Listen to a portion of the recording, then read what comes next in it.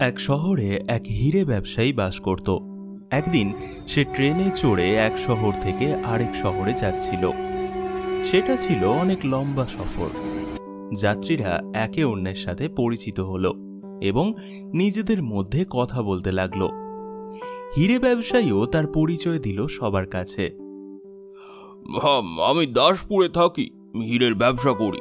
করিমপুরে গেছিলাম ব্যবসার কাজে। যাত্রীদের মধ্যে একজন চোর ছিল। যখন যাত্রীরা শুনতে পেল যে সেই ব্যবসায়ী একজন হিরে ব্যবসায়ী এবং সে ব্যবসা করে ফিরছে, তারা তাদের মনের ইচ্ছের কথা তাকে জানালো। তারা সত্যিকারের হিরে ব্যবসায়ীর কাছে দেখতে চাইল। এই দাদা, আমরা এখানে না কেউ সত্যিকারের হিরে কখনো দেখিনি। যা দেখেছি সবই যে ঝুটা হীরা। হীরের নামে সব ধাপ্পা। আপনার কাছে তো আসল হিরে আছে, আমাদের একবার দেখান না। বাকি যাত্রীরাও সম্মত হলো। সুতরাং ব্যবসায়ী তার কোটের পকেট থেকে হিরে বের করল। তারপর সে হিরেগুলো দেখালো যাত্রীদের। সবাই খুবই খুশি হলো সত্যিকারের হিরে দেখে। কিন্তু সেই চোর মনে মনে হিরেগুলো চুরি করার চিন্তা করতে লাগলো। এরই মধ্যে ট্রেন এক স্টেশনে থামলো। কামরার সব যাত্রী চা পানের জন্য ট্রেন থেকে নামলো, কিন্তু সেই চোর চুপ করে বসে রইল তার সিটে। সে হীরের জন্য সবকিছু তল্লাশি করতে লাগলো, কিন্তু সে হীরেগুলো কোথাও পেল না। কিছু সময় পর আবার সব যাত্রী ফিরে এলো কামরায়। ট্রেনও চলতে শুরু করলো। সেই রাতে যাত্রীরা সবাই ঘুমিয়ে পড়ল। শুধু সেই চোর হিরে চুরি করার জন্য জেগে রইল।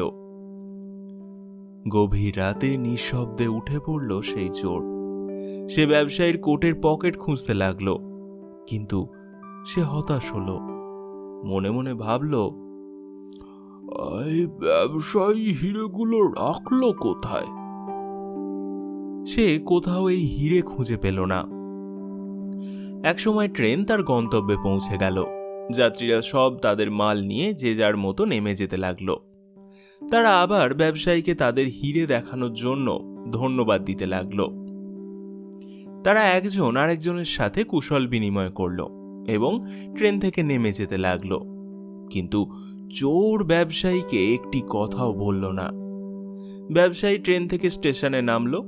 হিরে ব্যবসায়ী যেই মাত্র তার ভাড়া গাড়িতে ওঠার জন্য এগিয়ে গেল, চোর তাকে থামালো এবং বলল, আমাকে ক্ষমা করবে, আমি আসলে একজন চোর।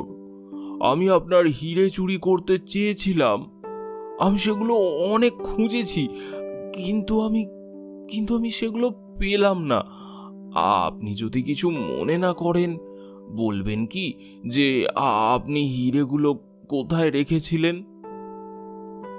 ব্যবসায়ী বলল, আমি প্রথম থেকেই তোমাকে চিনতে পেরেছিলাম যে তুমি একজন চোর।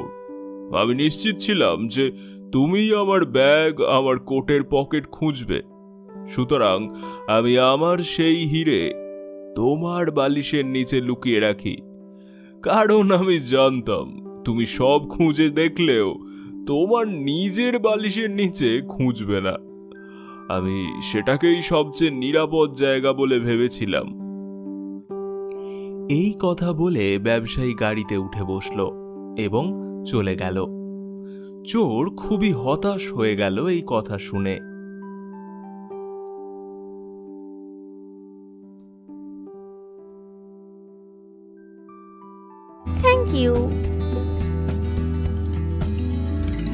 Thank you.